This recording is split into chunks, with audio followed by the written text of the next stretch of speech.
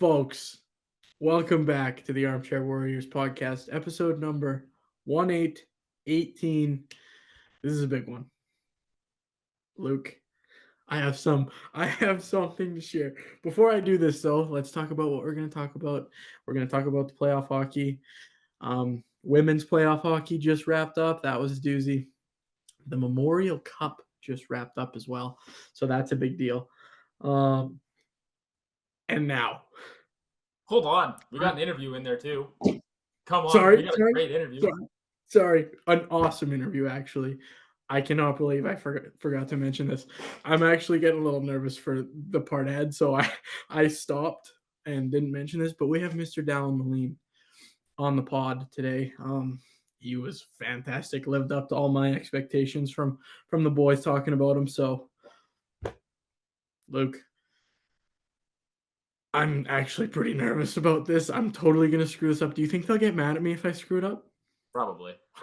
Okay, I'm going to read this off of my phone, like full disclosure. Like, I've now realized that the camera's on, and I'm probably going to have a really tough time doing this. So please excuse me reading this off my phone.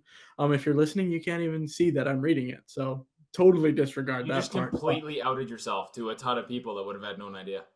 Don't care. I'm going to wear this one off the chin because this is a big deal. But folks, we have some pretty exciting news. Luke, myself, Jace, we are proud to announce our partnership with our sign-up expert, BetStamp. So with that being said, you can open up some incredible opportunities for yourself to join some of your favorite sports books and some of our favorite sports books. If you head over to our page at signupexpert.com/armchairwarriors, which we'll put the link in the video and in the description, you can explore a selection of sportsbook tailored to your region, each with some unique offerings. If you're ready to take your sports betting love, like ours, to the next level and show some love for our brand and BetStamp, I highly recommend signing up for your next sportsbook through our sign up expert. Again, link will be in the bio and the video. You can easily find it in the description below. So BetStamp, shout out to you because this was a pretty big deal for us. We were pretty fired up when we got somebody to reach out to us, reach out to our brand. But yeah, if you want to go, if you're ever gonna sign up for a sports book, use it through our link. You know, heck, get us some Great clicks. time to do it. Oilers are in the Cup final. We know who's The gonna oil- win. Yeah, loyal to the oil here in Canada, except for myself, Cats and Six. But yeah, I mean, this weekend is a big weekend coming up, like I said. So if you want to go bet on the big series, the big games, head over to our link. Sign up through some sports books. There'll be some rewards depending on your region there. If you're in the Alberta, BC region, go check it out. It'll be great. But yeah, Luke, how do we feel about BetStamp? Because I was pretty excited about it. Oh, and this isn't even a part of like the actual what they have to do with us, but just using the BetStamp app. We started using it. You get to throw your own sports bets in there and now track what your buddies do too. Like it's basically like Grint, but for bettors, and it's awesome. I love it. Like I get to see Dylan not lie. Now when he has to put his bets in, he doesn't just tell us the good ones. He tells us the ones he loses too. I'm an honest man. I'm an honest man. So yeah, we're really excited to partner with BetStamp. We hope our brand and their brand continues to climb up on an upwards trend. But yeah, no, we're really excited, and we got lots coming up in the next few weeks and for the time being. So, but yeah, go check out the BetStamp app. Even like this isn't even me just saying this because they are now in our corner. Like we checked it out after they told us about it, and it's actually like such a really cool app. Like you can check everything, your ROI, see how much money you're making or losing.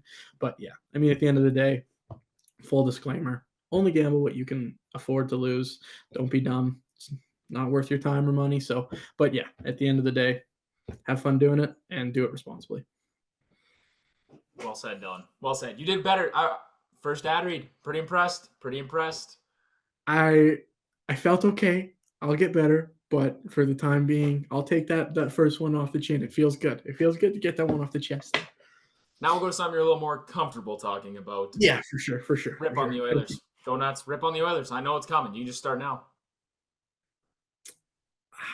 I don't know if I have anything, and I hate it. They're so good. They're so good. Oh, Like, I mean, you got the fact that you have nothing, and I honestly, when this bet started with the hair, my whole goal was to make the Oilers get to the finals or someone get to the finals and make Dylan sweat. He now has to this worry for the next 2 weeks about having blue hair.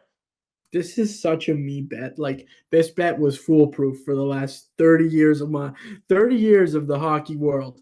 And Dylan goes, it's not gonna happen again. 31 years is a log. No, no, it was not. Now I'm nervous.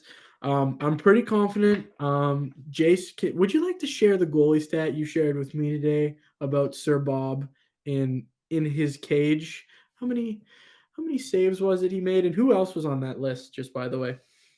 Yeah. Give him some time to pull this up. I saw this one too. But hey, this isn't the only one. There's been a lot pointing towards the Oilers too. Just want to point that out there. But Yeah. Yeah, but I mean, like, over 2,000 saves in playoff history for active goalies is a pretty good list to be on, if I'm going to be honest. what was there? There was 4 goalies. There's 4 plus him, I do believe. Yeah. He is. Yeah, there's 4 total. I mean, like, if you're on a list with the Marc-Andre Fleury, Vass, Jonathan Quick, I mean, I'm sorry, but The cup's coming. the cup just might be coming. It just So, might be. but one thing that when maybe this is what Canadians wanted, right? They say we want the cup back up north. Panthers in 6, the cup's gonna be in the building. Just saying. Just A little saying. tease. Just a Oh. little teaser for him. I'm surprised we actually get. Yeah. No. Oilers in 6. Oilers in 6 all day. All day. Oilers in 6. But let's kind of go through and break this down because we only have one series to break down now, so we can spend a little time on it. Should we kind of talk reflect on because we kind of talked about it a little bit like the conference finals, but should we just maybe touch on them quickly? Just kind of go through how they ended. Yeah, sure. Because you know what? I got a great thing coming from the Dallas Oilers series, which is actually Dallas Oilers because I screwed that up later in the episode. Sure did. But, Let's start in the East, shall we? We'll get to your oil, whatever, blah blah blah. Shut up. fine. It's fine. So, me personally, I was pretty heavy in on the Rangers. I was like, you know what? Like they played pretty good in the first couple games. I'm like, and then the Panthers just dominate. Like it wasn't even close. If Shesterkin wasn't in the other net, it would have been over in 4. Like let's be real. But the Panthers are of like they're a shockingly deep team. Like, but when I say that, like you kind of look at the guys on the squad and you're like, you have your Reinhardts, you have your Bennetts, and then obviously you have your big dogs, but their decore's so deep. And then they have Bob who's playing really good. So this team's built for it. They're coming back for a vengeance this year. They have nothing but a full head of steam towards those rings on their fingers. So this Panthers team is a squad to watch. I have nothing else on them, Luke. If you want to go ahead and talk about them, but if you don't, go to your oil. It don't matter to me. I do want to touch on the Panthers. I mean, I saw that like they are so extremely well coached. Oh. And from obviously we don't get the insight into the rooms that, we wish we did. But from what I've seen about how they talk outside the room and how they talk about each other, how bought in they are in their culture it's unbelievable. Like they are a very good team. And any other year, I think they probably would have a great chance at winning. But Okay, go ahead. Okay, Stuart Skinner can play hockey again. It may be Sure. streaky, but he can play hockey. Stole game 6. I'm like that was my only concern. Now I'm leaving it up to hey, if it's a 50-50, even if it's slightly tilted towards Florida, if we have a chance in the finals, and I believe Stuart Skinner can actually give us a chance, I'm happy with my odds. I'll take it. Let's be real. The Posts probably stole game 6 here, by the way. Hey, go. Posts aren't shots, and the shots still said. That's true. Posts don't count shots. As much as like I am coming from Jace pumping Stuart Skinner's tires, this is pretty crazy. it's a swing, but he's playing hockey. Like he's being a deal breaker, and it's About not what I damn time expected. he started playing Honestly, hockey. It was just getting yeah. out of hand. If there was a time, it was this time. Yeah. It was right now, and I hate it. I really do. And I'm really sad that Joe Pavelski doesn't get a chance, man. He deserved one, and he just couldn't get her done. So Jamie Benn deserved one, couldn't get her done. But Yeah, oh and well. you don't. I mean, Pavelski's pretty much all but said that he's done. Yeah, it's over for him. So Yeah, and then who knows how many runs a guy like Ben is going to get anymore. it's gonna be pretty close to over. But Yeah, he's you getting never up know. there. But I mean, that core's still not bad. But like it's gonna be tough when the Oil are hanging out in the West for the next little bit. But anyways, you want to kind of compare. Let's kind of go through advantages, disadvantages, and actually try and come up with a half decent analysis since we claim Okay, we the know a hair about Edmonton hockey. Oilers. The Edmonton Oilers. Refs, refs, refs, refs. And That's power about play. all. And That PK. those coincide with the refs. I know, but I'm just saying that if you're gonna get the calls, you got to be able to take advantage of them, and they have. I'm just kidding. They are maybe one of the most dominant power plays I've ever seen in my life. It's insane. They score at will. They're like, Knobloch goes, let's go get one. They're like, okay, sure, whatever. We'll go take advantage. But yes, I think special teams, the Oilers are heavily favored in that category. I'd have to agree. Yeah, and then we'll look through. I mean, forward depth is always a question with the Oilers, but even if you want to talk top heavy, top two lines when McDavid and Draisaitl are split up, which I believe they will be. I don't really know if I can truly give Edmonton that much of an advantage in those top two lines. It's just the fact that when No, you can put McDavid and Draisaitl together and they're going to do unbelievable things. Florida is so structured, like you kind of said, that like you could kind of roll any line out there and they're going to go get a job done. But especially those top two lines, I mean, you just kind of go down the list. It's pretty crazy. So to it's hard not to give it to the Oilers when they have two of the best players in the world on their team. But yeah, it's very very close. And I think it's closer than Edmonton fans would want it to be. When you have those Oh yeah, top two players, you expect that you are going to have easily your top heavy, top two lines being more absolutely. dominant, but Yeah, no doubt. I just don't think they are. But I mean, when you have that power play, and that was a big thing going into this series that I've heard a couple people talk about is Dallas was the least penalized team and they didn't take a lot of penalties. They only took 11 through 6 games, right? That's just under 2 a game, which is extremely impressive for playoff hockey. And Florida is the second most penalized team in the playoffs so far. So they're going to be Mhm. giving Edmonton a lot more of a chance. And I'm Yeah, hoping, which they're going to need it because I think at even strength, Florida is a very, yeah, like you said, a very structured, dominant team. hmm yeah, they're gonna get the job done 5-on-5 for sure. You have to stay out of the box, and that's been preached to the last three teams that the Oilers played. You have to stay out of the box, and it's tough when it. It's hard to say it because it, true or not true, they have been given so many opportunities on the power play, like an absurd amount. I don't know the number, but it just feels like the Oilers are getting at least a power play a period. Like it feels like in my eyes, maybe I haven't paid that much attention, but every time I'm watching them, it just feels like they're on the power play, and I just don't get it. So, but I that's think gonna be. your memory's tracking a little bit back to the Kings. It is 11. They only had 11 through 6 games with Dallas. It was only 11, Yeah. so yeah, they were getting to a game, which is not that That many no. comparatively. So they had their chances and they capitalized. But yeah, that's going to be the big preach is you have to stay out of the box when you have literally the most dynamic player of all time on the other side of the ice. You just have to do it. So I think if Florida can stay out of the box, keep this game 5-on-5 and make the Oilers have to play 97 and 29 as much as possible 5-on-5, that's going to be the game plan. Yeah. No, I agree. And that's kind of the game plan, like you said, that anybody has going into play against the Oilers is you just got to stay out of the box. But we'll switch because we've said that their advantage goes that way on the special teams. But one thing that really scares me about Florida is one, how good Gustav Forsling has been and how good the rest of that decor is. It's terrifying when you think about who's on the back end for Edmonton. They have 6 top pairing guys in Florida. It's ridiculous. Yeah. You're right, though. They're just, their D core is mind-bogglingly good. And when you look at the Edmonton core, there's maybe like 2 guys that can play defense, and there's 6 guys in Florida that can play defense and offense. Like they create and they shut down. So this is a Florida team that's built, man. I heard someone mention, and they were trying to say, and this was the one thing I disagreed about when they were talking about the D-core, was that they were like, obviously Florida's way deeper. I think they're more consistent and ready to roll type thing. But they said that Florida's top D pair was considerably better than Edmonton's, which I don't think is true.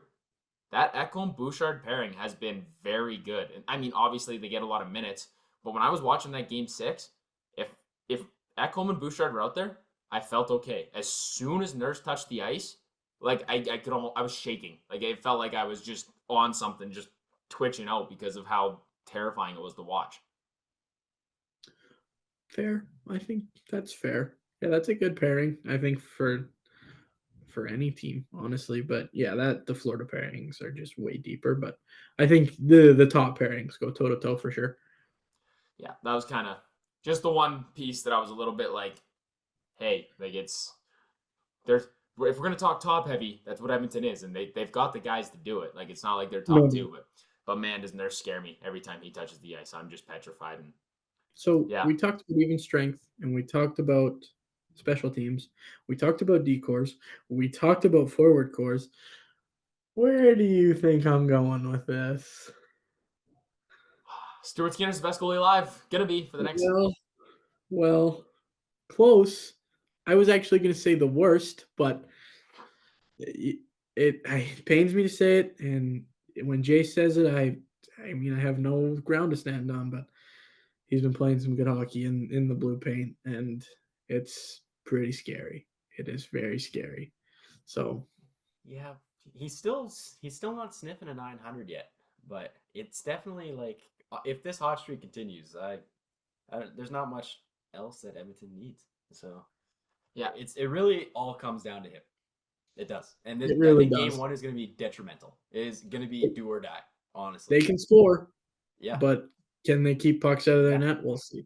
Yeah, I think you're right. And I know one of the first people he hugged, or one of the main people that he hugged after they won that conference final, was the Oilers' mental coach, who he's been working with apparently all year and is super tight with.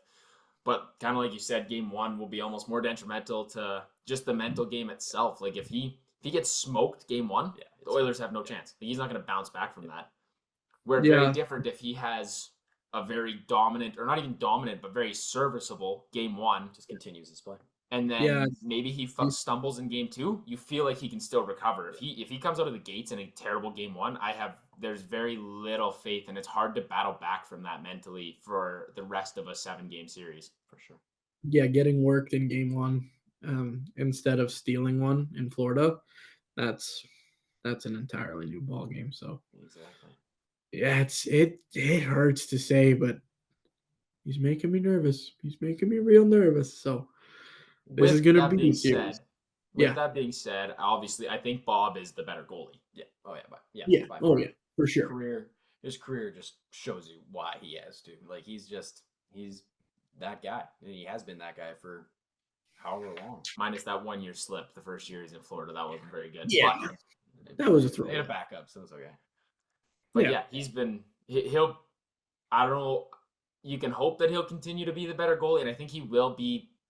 I don't even know if he'll be the better goalie, but I think that Stuart Skinner Hot will get close enough to Bob to give the Oilers a chance, and that's kind of all they need when you have those guys, like when you have that offense. And as long as you can have a serviceable goalie, and I think Stuart Skinner is in a position to mentally that it looks like he's going to be ready to do that, it would be huge. Yeah, I'm going to be like, I'm pretty sick to my stomach already. Like I thought this bet would be over come the start of June. We are in June, and the bet is very well still alive. I'm nervous. I still have faith. Like I have full confidence in my boys out in Florida, but yeah, I'm still nervous. I'm still pretty nervous.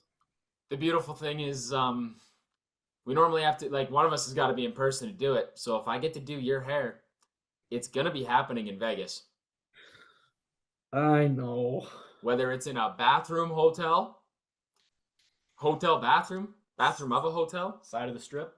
hotel bathroom, side of the strip. If I see a guy saying $1 haircuts, I am running you over there. I'm just going to let him have free reign. Do whatever he wants. Yeah. So it all comes down to Saturday. Saturday is going to be game 1. I talked a lot of garbage, like lots of garbage thrown your way. I'm nervous. That's all I have to say. Thank you. And that's all I wanted. That was the whole thing in this bet. I'm okay with getting a buzz. It's fine. My hairline's already looking pretty bad today. I'm okay with buzzing it off. But if I get just a chance of seeing you wear that, I'm gonna be so fired up. Especially if Oilers win game 1. If the Oilers win game 1, I'm gonna go crazy. If the Oilers win game 1, I might not watch the rest of the series, to be honest. Maybe I'm bad luck. That's gonna be where it goes to. But with that kind of wraps up our Oilers Florida talk. Yeah. I want to kick this interview over to Dallon Melin. Me and Luke sat down and talked with him. He was awesome. He was so funny. He lived right up to our expectations. So listen in on me and Luke chatting it up with Dallon. All right, folks, our next guest, one that we've had his name dropped a couple times. We're pretty excited for this one. Played an illustrious 5 years in the WHL and is now currently playing at UFC for the men's hockey team. Welcome, Mr. Dallon Melin. Dallon, thank you for joining the pod. Thanks for having me on, boys. I was pretty excited to get when you guys DM me. I was fired up and ready to roll here. Yeah, we were just sliding into people's DMs, like just trying to find one of the boys that wants to come on. But let's fire it up first. I mean, we'll get to your WHL career in a little bit, but you guys went to nationals at UFC in your first year there. What was that experience like going to nationals from playing major junior and then going to play at the university level? Yeah, no, it's definitely different. It was kind of a crazy year for me because I kind of got off to a really good start, like right out of the gates. Played 6 games or so. I was kind of doing well, and then I ended up tearing my ACL and my MCL. So that was been like October. So I kind of did like the rehab thing. I tore my MCL like they knew that right away. And then kind of 2 months into my recovery, they're like, we might think something else is going on here. So I get like an MRI or whatever, because I didn't get one initially. They kind of just said we should wait, sit back on that and see how it goes. So then in December, after 2 months of already being like kind of going through like the whole recovery process, they're like, well, your ACL is done too. Like surgery is probably the only option, like going to be a 9-month recovery, like whatever.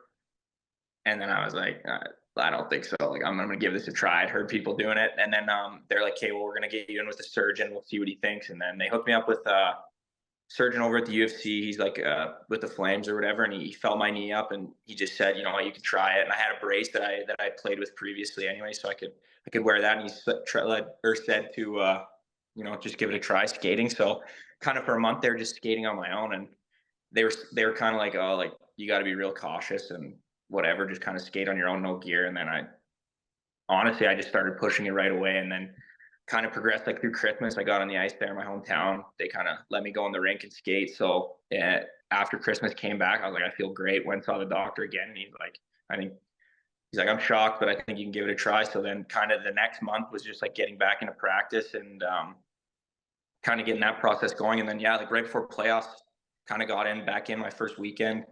It was good. I didn't have like the step that I had before, but got it back. And then, went on a good playoff run.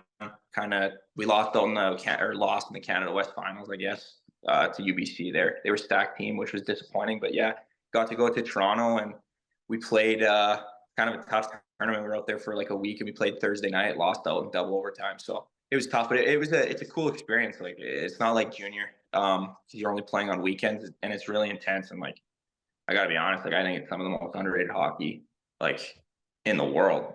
Like it's my team's just stacked with unbelievable players, like along with most of the other teams in the league. It's it's pretty good, and it's it's a battle out there every shift. So no, it was a good year, but it was definitely a lot of ups and downs. But it was good to get back in and had a good role in the playoffs and then into nationals too, kind of getting back into it. Yeah, you mentioned it being an underrated league, and I know me and Dylan didn't get out not to as many games as we wanted to this year, but we did last year. And we watched that final last year, and it was unbelievable hockey just to kind of go and watch. But you talked about kind of the transition play wise. What's the transition for like the room? Because I know in the like in junior, you're with a lot younger guys. Once you get to college, it's considerably older. What was kind of the difference in the room? Yeah, exactly. You touched on it there. Like, in junior, you got some guys with egos, things like that. Like guys are going pro, like you got your show guys or whatever, and then you come to college and like everyone's in the same boat. A team like mine, it's like most guys on our team. We got a couple guys that have played pro already and came back, but most guys on our team were the good dub guys, not like the exceptional guys going right to pro, but the good solid like guys that played 5 years, 4 years. And then so it kind of cuts the egos out of it, and like right away from the first day, I was welcomed right in, and it like it's been unbelievable. I'm pretty sure it's probably the same for every other team, but on our team, it's everyone's all in. It's a pretty sweet setup that way. Yeah, you kind of like touched on it. All the egos kind of go out the window. You guys are just all grinding away too. You got school, you're going to train, you're doing all that stuff. But when I say school, what are we studying? What's the major? I'm in communications. I got into communications just because I didn't apply to school till like July. So I'm trying to get into the business. They have like the 6 prerequisites, so I wasn't able to get in them all in this year. But I should be on the right track for that. But it's actually going pretty well. I got a spring class going, so it's going all right. Dylan, all I took from that is that communications is a great backup program for business. Exactly. Yeah, it's the poor man's business, eh?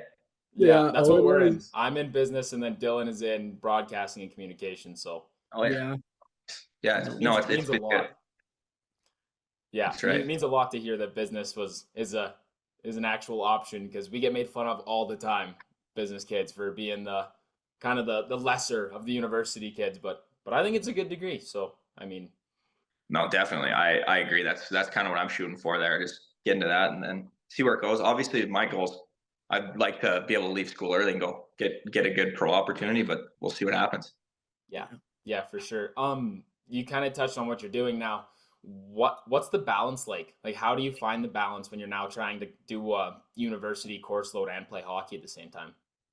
Yeah, no, it is tough, and it's kind of like it is limited too because with practice and things like that. So you gotta, pick and choose your classes, class times. Like guys are taking 3 or 4 classes a semester, opposed to usually whatever it is, 5, I think, full course load. So that's definitely different. And then like getting on the road and stuff too, it gets a little hectic, especially kind of we went on our playoff run in nationals. Like so we're out in Vancouver for a week, and then we're in Toronto right after. So it does make it tough, but the school does a pretty good job making it easy on us. And I mean, as far as the spring here, like we have a really good setup. Like we get to stay and train and skate like for free.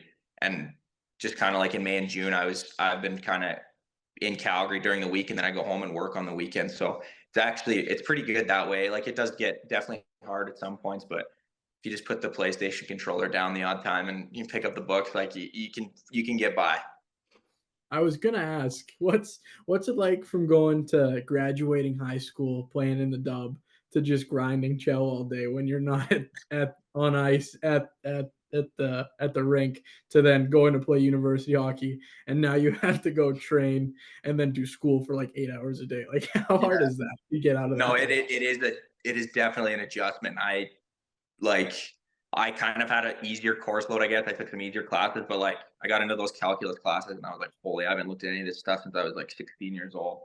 But I mean, like I said, like just a little bit of effort. If you put in a little bit every day, that's kind of what my mentality was. But it's definitely an adjustment. And like the other thing is like the hockey does not slow down. Like we're at the rink practicing for an hour and a half. We're in the gym every day. We're putting all the work in. So it's like exactly what you said. Instead of going to play video games with your buddies or doing whatever, screwing around, like a lot of times you're hitting the library with your teammates and things like that. So it's different, but it's definitely cool. And then the other part of it is living on your own and cooking and cleaning and trying to keep trying to keep your life in order. It's a big adjustment, but it's been good. I've enjoyed it.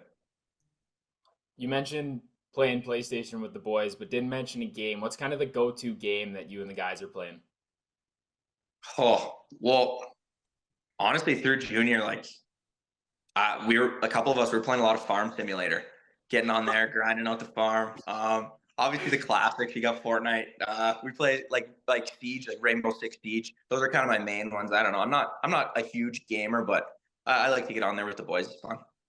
Okay, I've heard like, is there like actually like a big like siege group like throughout the entire WHL? Is there like do guys play like other teams? Is that a thing? Well, we kind of had, especially in Red Deer, like when I was 19 there, we had a group, like we'd play every day. There was 5 of us, like we had the full squad. We had Archdeep Baines, he'd get on there. We had got Blake Gustafson, Jackson Vandalese. So we had a good squad like that. And it wasn't like organized like playing against teams, but you definitely got your guys that get on there and play. So Oh, yeah, I mean, I've never even played that game. I tried it once. Dylan plays it all the time. I've seen him play it, and I'm like, I couldn't. First person shooters are my enemy. Like, it's terrible. They kick my every single time. It's terrible. A video Me- game controller is your enemy. Yeah. You're Hey, just not I beat you're not you in very Chell a fun. lot this year. I beat That's you in true. Chell a lot. It That's was true. Chell Yeah. 18. I kind of oh peaked. yeah. I peaked when I was 12, but that's about sorry. it. No, I'm horrible. I get kind of started playing with Evan May, Moose Jaw Warriors. He's like the goalie, one of their goalies, and he's unbelievable. He carries me, but I'm awful. I like to play and have fun with my buddies. So Yeah. That's what it's there for, is to kind of hang that's out right. with the boys.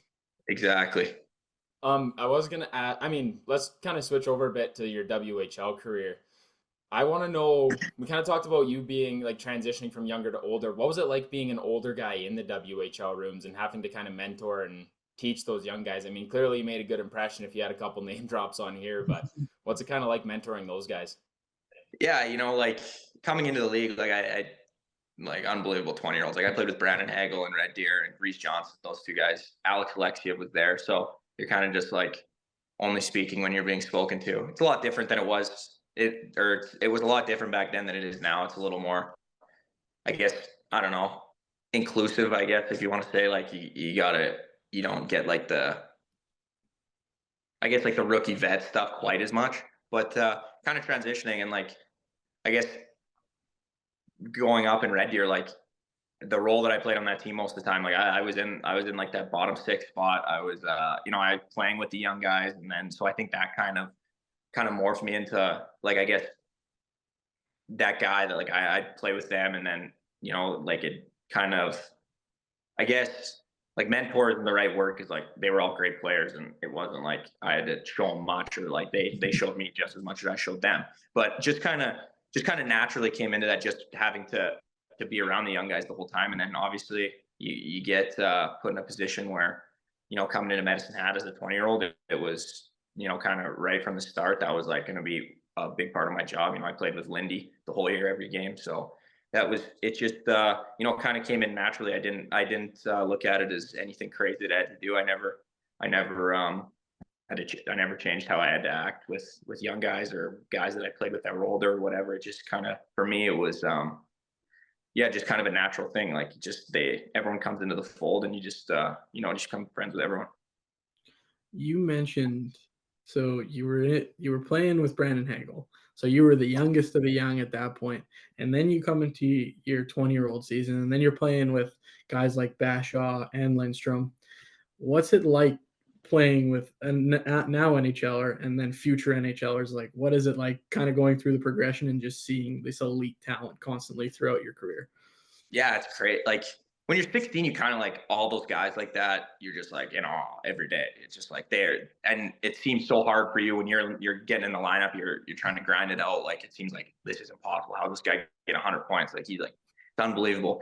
Then as you get older, like I was never one of those guys. Like I had a good years, whatever, but I was never one of those 100-point guys. So then you see a guy like you're 20 years old, and you see a 16-year-old like Lindy. He's like 6'4", huge, like ripped, unbelievable hockey player, and Stanley, and then Bash, like with the skill that he has and everything, like putting the puck in the net at all times. So it's just like it's interesting to see it, and it does change because when you're older and you have played in the league, like you are a better player than you were when you're 16. So it doesn't seem like it's like their skill, their talent, everything that they got. It's not like they're like a 16-year-old isn't usually steps above a 20-year-old, no matter how good they are, if that makes sense. So it does change in that way. Yeah. No, I guess that Gavin makes McCann sense. might be a different story. I played a few games with him, and he's one of those guys that he came in and he's a step above, and he's 14 years old. So Yeah. Yeah, that'd be crazy as a 20-year-old having or watching a 14-year-old come in and like Fricky. When I think of what a 14-year-old would be like now, I'm like they just seem so young. Like imagine trying to yeah, play with them, it'd be crazy. yeah, exactly. Like Gav right from the start was just like, yeah, point per game, 14, 15 years old is crazy. And then yeah, it's not. Yeah, no, that's wild for sure. We've already touched on how those young guys thought you were absolutely hilarious. Who's one of the funniest guys that you've played with as you kind of went through your career? Funniest. Well, gotta touch on some of those Red Deer guys. Like I had some because I played with those guys for 4 years. Like Blake Gustafson's got to be one of the funniest guys. He's playing at the U of A now. Jay Sisley, really good buddy of mine. He's another guy, like just unbelievable. Going into Medicine Hat last year, Owen McNeil. He's got to be like, he's probably the funniest. Like he's got to be the funniest guy. He's got all the impressions. He's got all the Adam Sandlers down. He's got the that's my boy pretty good. So he's unbelievable. He's got a great bubbles too. So he's got bubbles. Yeah, he's got them all. So he's definitely a guy that sticks out for me being funny. That's a talent I'm extremely jealous of. Is people who can do impressions. It's so hard to try and switch your voice like that. You're getting there. Good. Yeah, you're trying hard. Another one we have. I mean, it's usually a pretty hard question for everybody to answer, but what are some of the best chirps you've heard, and then like funniest guys kind of coincide with best chirpers? Like, what's something you've heard over the years that really stood out to you and was like that was pretty clever? Best chirps. Like we had one in Red Deer that we'd hit like all the time. It was just like it doesn't seem like overly funny, but in the moment, and it was kind of a running joke. Is like, oh, like you look like you got like skate guards on, like that, like you have skate guards on, like something like that. Just like a casual chirp on the bench. That's kind of my style. Like nothing too elaborate. Just something like that where the guy's like, what? And then he's like, oh, maybe I do look like out here or something like that. And I probably look like I had skate guards on sometimes too. But that was a good one that I like. Yeah, I love that's a keep it simple, stupid, right? Like you just exactly. Yeah, you got skate guards on. Yeah. No, wait, do Yeah. Start throwing that into the beer league rotation, Dylan. We'll have to keep that Oh, going. all the boys have skate guards on in beer league. That's for certain. Yeah, you got to be some type of special to look like that in beer league amongst those guys. Oh yeah.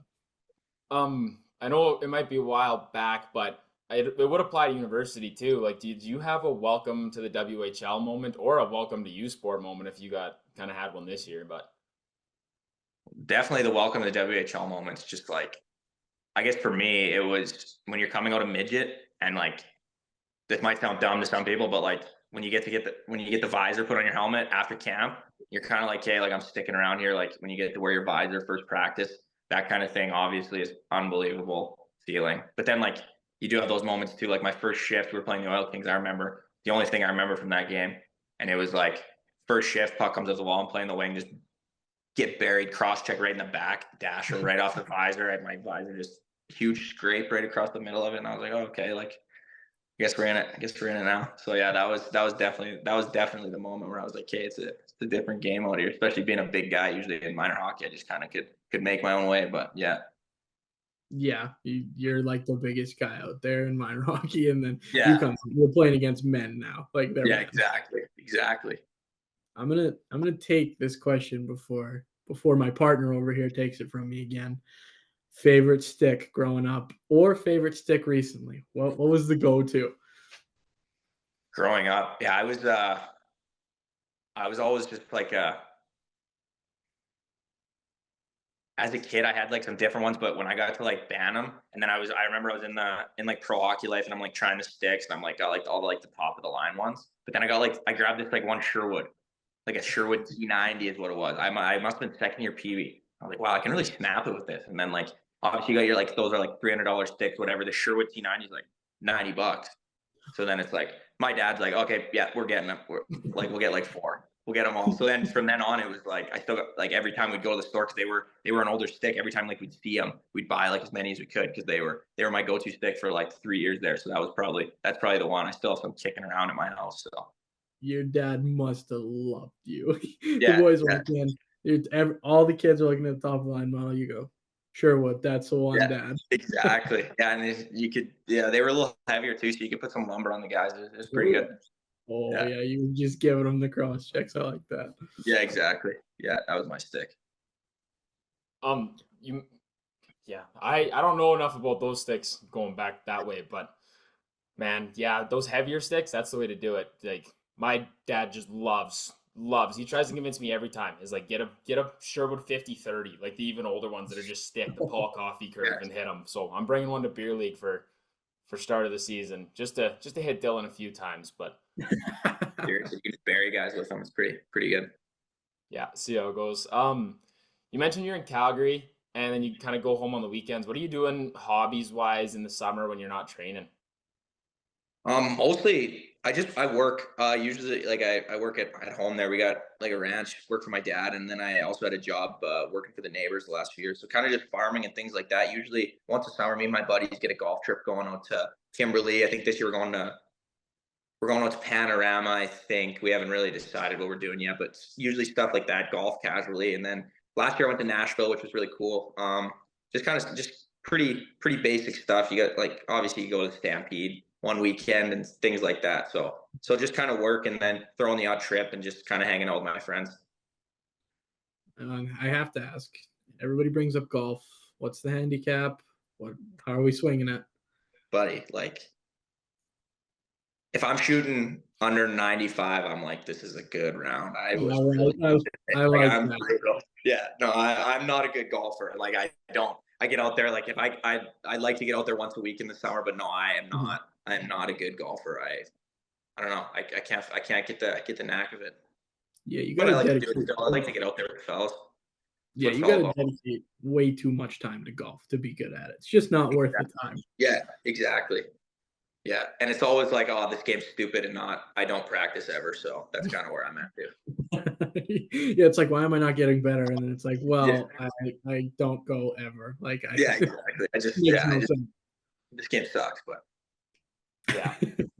Very different attitude from hockey. It's like, oh, I'll put in thousands upon thousands of Yeah. hours. And it's like, oh, I'm getting pretty good at this. And then golf should just be instantly good. But I mean, in golf, you're also thinking like, man, I just hit a great shot. Why can't I do that all the time? And well, that's very good point. Yeah, sometimes you just like, oh, you crush it and then just duck the next shot. That's kind of how my game goes.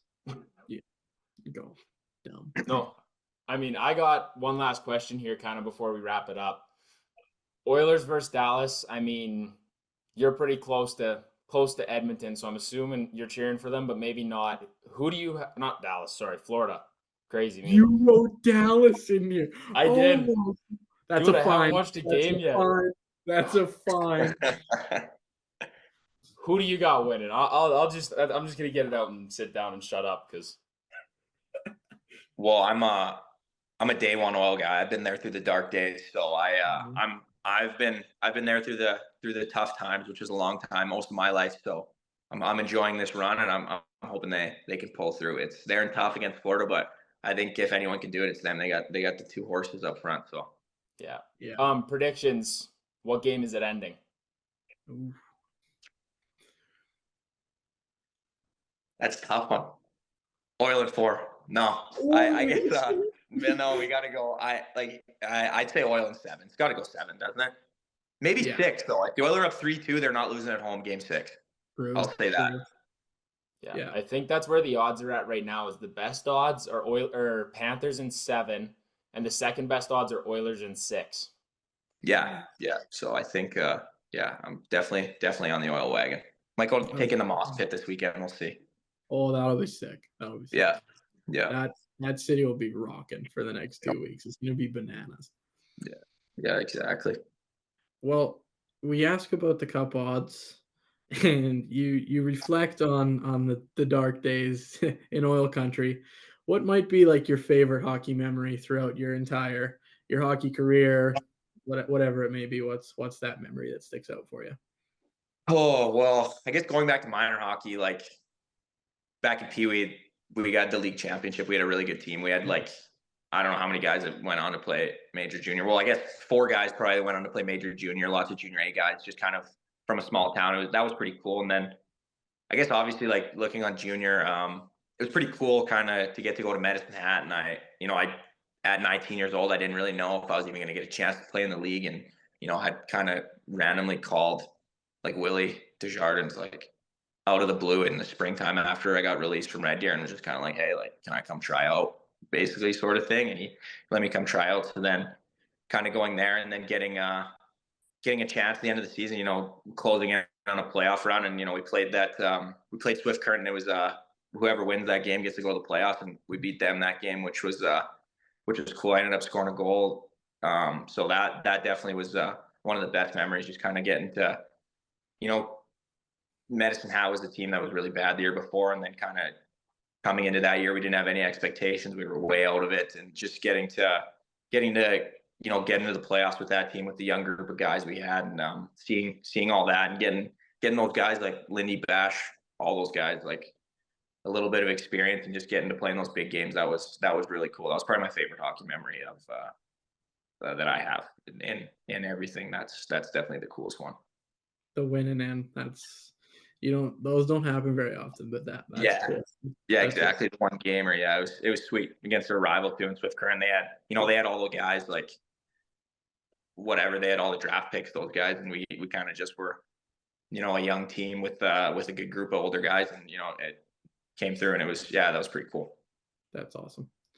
Luke, I don't know if there's anything else you kind of want to touch on. No, that was a good conversation. I was happy to hear about the USport transition. We haven't got one of those guests yet.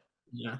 No, get more of the USports boys on. They, like I said, it's underrated. Lots of these guys are, unbelievable hockey players, and there's going to be definitely a lot of guys out of this league going pro, in my opinion. There is already, but it just seems like it gets better all the time. All these guys coming here, so it's pretty, it's pretty good.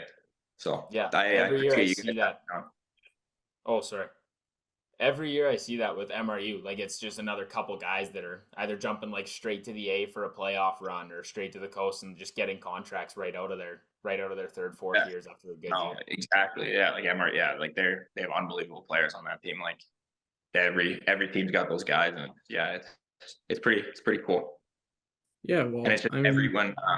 Like, sorry to cut you off. It's just kind of like kind of we look at it is like you're playing at this level, like, because you love to play, right? And that's kind of what everyone does it for. You love to play, and you love to have a good time with the boys too, which there's plenty of time for that. So that's another perk of it.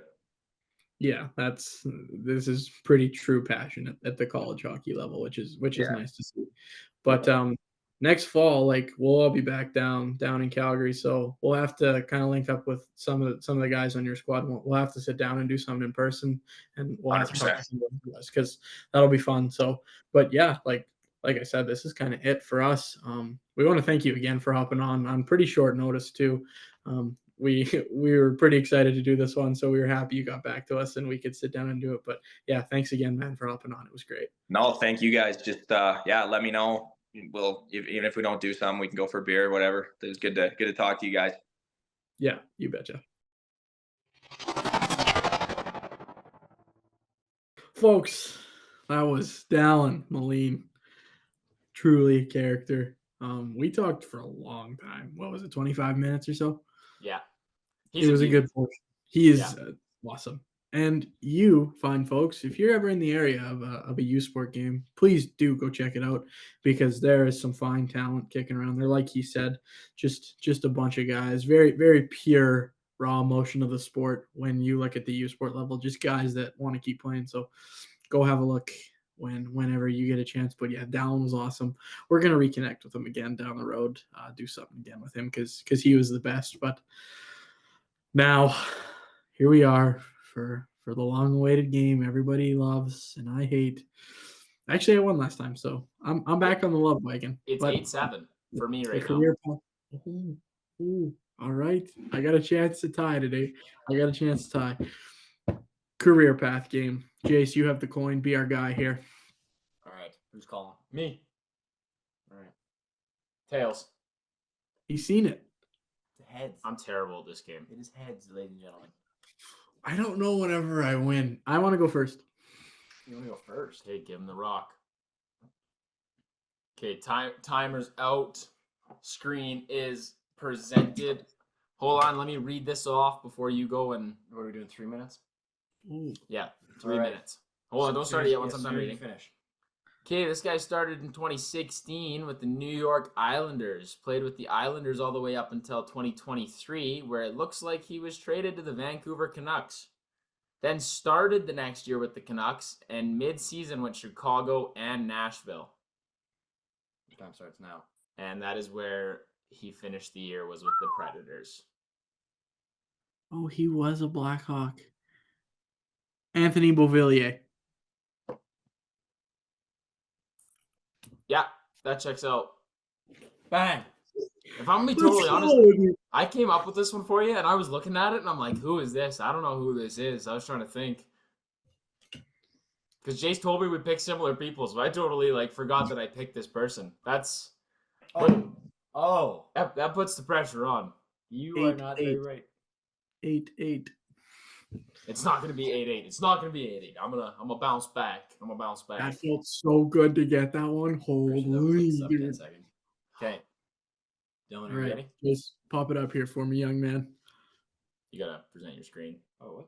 Yeah. He struggles with technology. What? Wow. Oh, Shout out Anthony Beauvillier. That's my guy right there. Shout out. Dang, I didn't think thought that one would be a little bit tougher. All right, this guy started his career in Long Island with the New York Islanders from 2010 all the way up until 2016-17. In the offseason, he went to the Calgary Flames from 2017 to 2020. He was a Flame. And then in the offseason, 2020, 2021, he was a Canuck. And then halfway through the 21-22 season, he went to the Sens, and he is currently on the Sens right now. Time starts now. So, Isles, Flames, Nucks, Senators. It's oh no. Does he know? Does he know? Knox Sens. He has to get it. I know. Another Sens piece too. Yeah, throwing the Sens in my face. I'm quitting cheering for him, Dylan. I don't know if I told you. I've decided I'm switching teams next year. In a future release, we will explain where he's going. Yeah, I've decided to open up the free agency right now. Oh, I think you don't I'm understand. fairly certain this guy's on the back end. I'm fairly certain, but the way he gave me looks, I don't think that's right.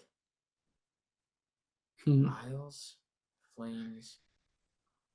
Just an Islanders guy. Just a big old Islanders guy.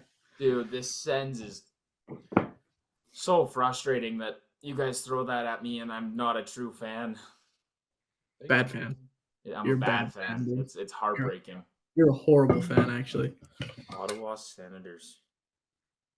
Not their top line, not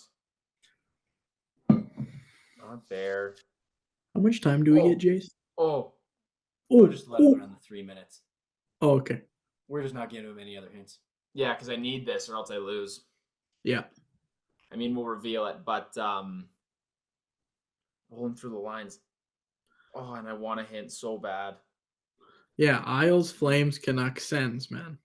You could have a hint if you want to lose. Canucks. Lots of Canadian teams. Lots of Canadian teams in this guy's career. And Jace thought I could get this one, which is kind of heartbreaking because I don't think I'm going to get it. 2010 to 2014, like he's been in the league a minute. Yeah, a while. Jace, what are we at for shot clock here? I think I got a minute. 50 seconds. Yeah. I can't even think of a guess to throw out there. There's only Mark Mathot?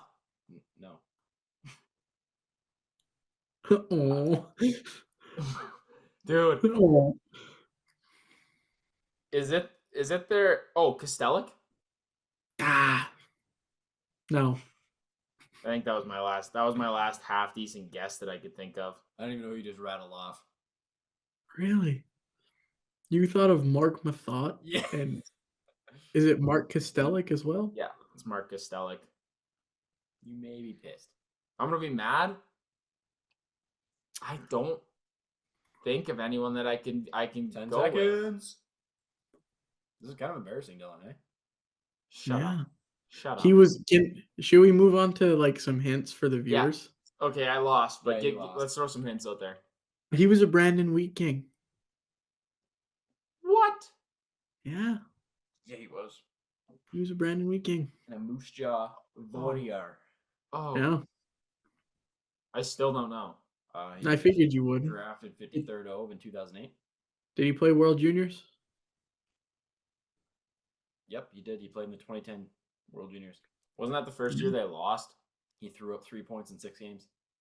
Mm-hmm. That was the first year they lost after their 5-year heater. How do you know he's Canadian? I'm just guessing because he played for Brandon. Quit throwing me in a blender, okay? He's in I fact a forfeit. I defenseman. surrender. He's a defenseman. He's Is he a the third line Canadian native. defenseman? Third line right D. Yep, probably. Maybe Who is it? Travis Hamonic. Travis Hamonic. I don't even know if he's. There's no way he's on the 3rd line, is he? Probably I not. feel like it's borderline 2nd. I don't know. You Who's still would there? know. You What? know. You would so know. You big Sens fan. Yeah, tell us who your deep pairings are. Well, I know there's like Shabbat, Sanderson. Wow, those are really. I'm just trying to decide if he's like 4th or 5th D-man type thing. You're Probably right. 4th. My bad. My bad. I'll wear that. I stank at the game. Dylan, congratulations. We're all tied up. 8-8, baby. That's so devastating. What a comeback from me. Should we like do first to 10 type thing and then And then reset reset. the counting? Yeah. I'll oppose that. We got to get Jason mixing in. Yeah, maybe we If you guys should want we to lose. should we throw out presses every week? Like who's getting pressed this week and that's the matchup? Yeah. No, I love it. I like that too. All right. Or wait. What? Or like a King's Court. Oh, King's Court. Yeah, knock off the king. I like that. Yeah, he's not even on their top 6. Yeah, that's criminal. He was still like a serviceable Oh, he was defenseman. hurt at the end of the year. He was Yeah, hurt. He but was look hurt. at their. Oh man, that's. He was a terrible. serviceable defenseman for his entire career. So No, he was very good for a while. Yeah. No, I should. You really did get. Oh, wow. Yeah, that's criminal. Okay, I lose. We'll move on. We got 2 more pieces of news we want to touch on. let's talk about the women.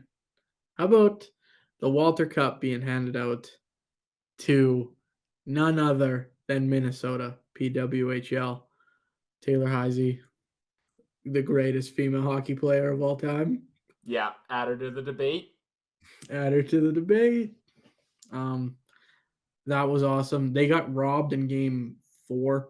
It should have been a 3-1 series, and probably not. I mean, it might have been goal interference. Heisey drove the net. Looked like she might have lost an edge.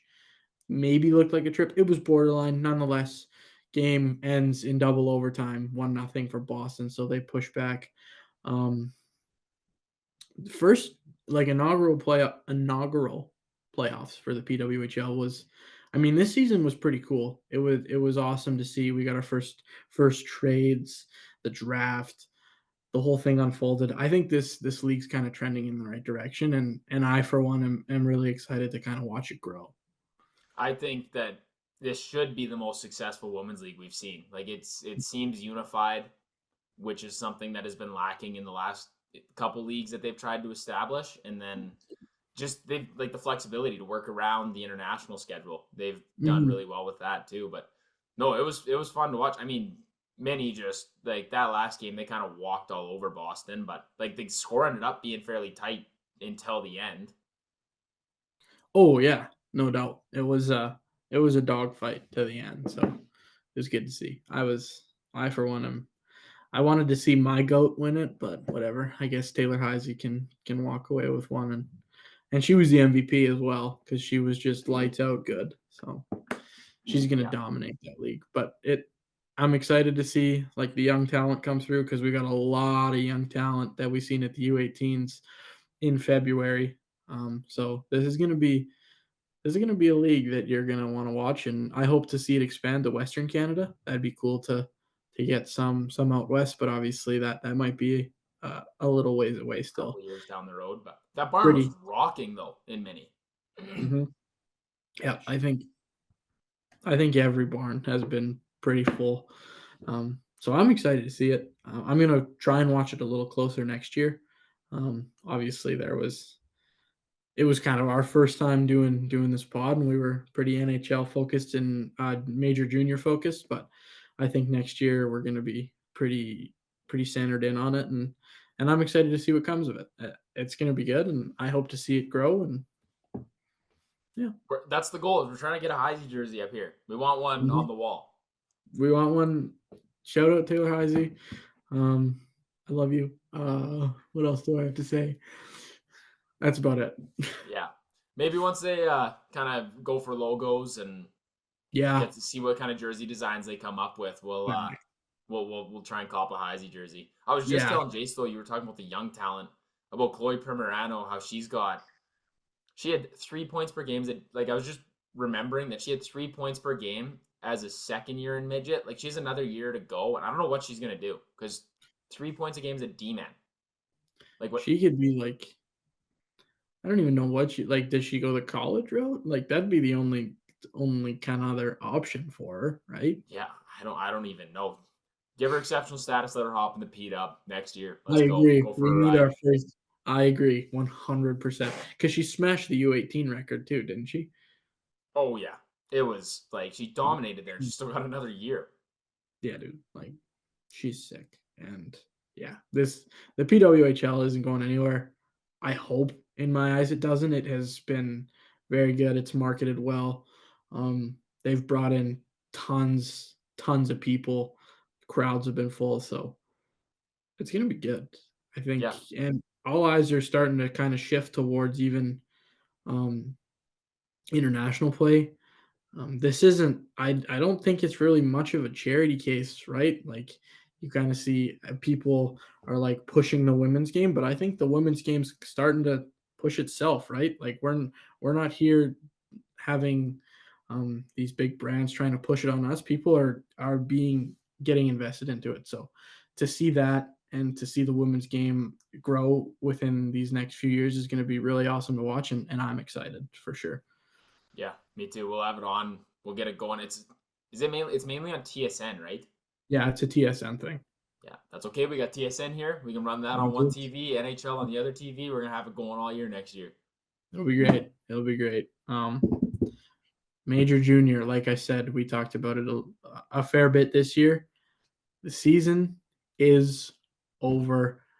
Saginaw, the hosts, your 2024 Memorial Cup champions, in a relative upset. London kind of made pretty good work of them in the OHL playoffs, and they come back and stun London in the last 30 seconds and take that home on home ice, which was pretty crazy.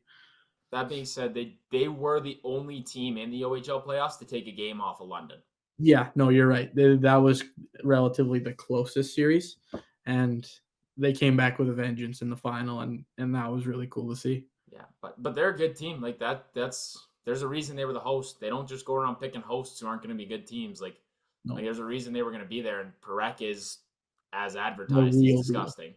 The real deal. Owen Beck showed up. Shout out Moose Jaw. You guys tried. Saginaw's good though. Saginaw's really good. Just when we think we're getting close in the Western League, BO takes another couple steps too, and yeah, they're just so good every year, man. They're so good. But I that tournament was was fun. I was riveted to see the Q not win and not even make the semis. Yeah, I was pretty jacked up after winning that's the last new. 4 years. I think 4 cups. I was pretty Mhm. fired up to see them not go. And I mean, I wanted London to win. I'm a huge fan of Dickinson's game, Me and too. that London team was stacked. But I mean, Easy Saginaw town. was worthy. That goal was hype. That Yeah, so sick. Yeah. The mean- Memorial Cup is a very underrated tournament. If you want to watch hockey in its purest form, there is just plenty of raw emotion in that tournament. So we will be trying to attend the Western League one. Yeah, we're gonna have to. We got to get to the Memorial Cup here. We just have to. Yeah, I think it gets announced in November. November, was that what I said? I think so. Probably It gets around there. Gets announced, I think, in November for where the 2026 one is. Next year, I don't remember where it was. Somewhere in the queue. Not doable for us, but You never know. hopefully it comes to either Brandon, go Wheaties, or Med Hat, most likely. Med Hat would be pretty ideal. Yeah, Med Hat's going to be a wagon by then, but hopefully we will be attending that one because that, yeah, like you said, that tournament's sick. And the jerseys that Saginaw had this year for their memorial, or the actual memorial ones, were sick. They were so cool. Like those unis were sick, having the Canadian and the American flag on there. It was really cool to see. Yeah, but yeah, we are drawing near to the end of hockey season. That's a little bit scary. What are we gonna do? Dog days of summer, baby. It's gonna be trivia and interviews all summer long. Yeah, absolutely. But do you have anything else to kind of touch on? No, that's all I got. Other than that was a great interview. We got our first partnership in the books. Oh man, shout out! Yeah, I mean, again, shout out BetStamp. Yeah, like we're really excited about this. Not only is it such a cool app, they've kind of given us a little bit of a recognition in a sense of, hey, we like what you're doing, and we appreciate that entirely, and we want us to grow and we want them to grow. So yeah, like I said, our link's going to be in the bio of everywhere on all our socials. It's going to be in the YouTube video. We're going to kind of put the link. Luke, you're editing this, so hopefully you can, but put the link in when we talk about it at the start of the episode. But yeah, again, shout out BetStamp. If you're gonna sign up for any sports books, go through us. Again, hyperlink is gonna be in the video. So if you're looking into betting on the big game this weekend, or this series, is go through us if you're gonna do it. That we'd be much appreciated. It'd be really cool to kind of get some clicks onto the page. But yeah, again, BetStamp, really appreciative. But that's gonna be it for this podcast. Number 18, we are drawing near to number 20, and we're drawing near to the draft, which is pretty crazy. Pretty crazy. Hopefully we can get some more content for you guys before the draft. Gonna have tons at the draft, so that's gonna be fun. But again, thank you guys for watching and or listening. Wherever you get your podcasts, Apple, Spotify, Amazon, it's all up there. YouTube, if you want to see us, see our pretty little faces. But yeah, thanks again for watching and or listening, and we will catch you guys next week.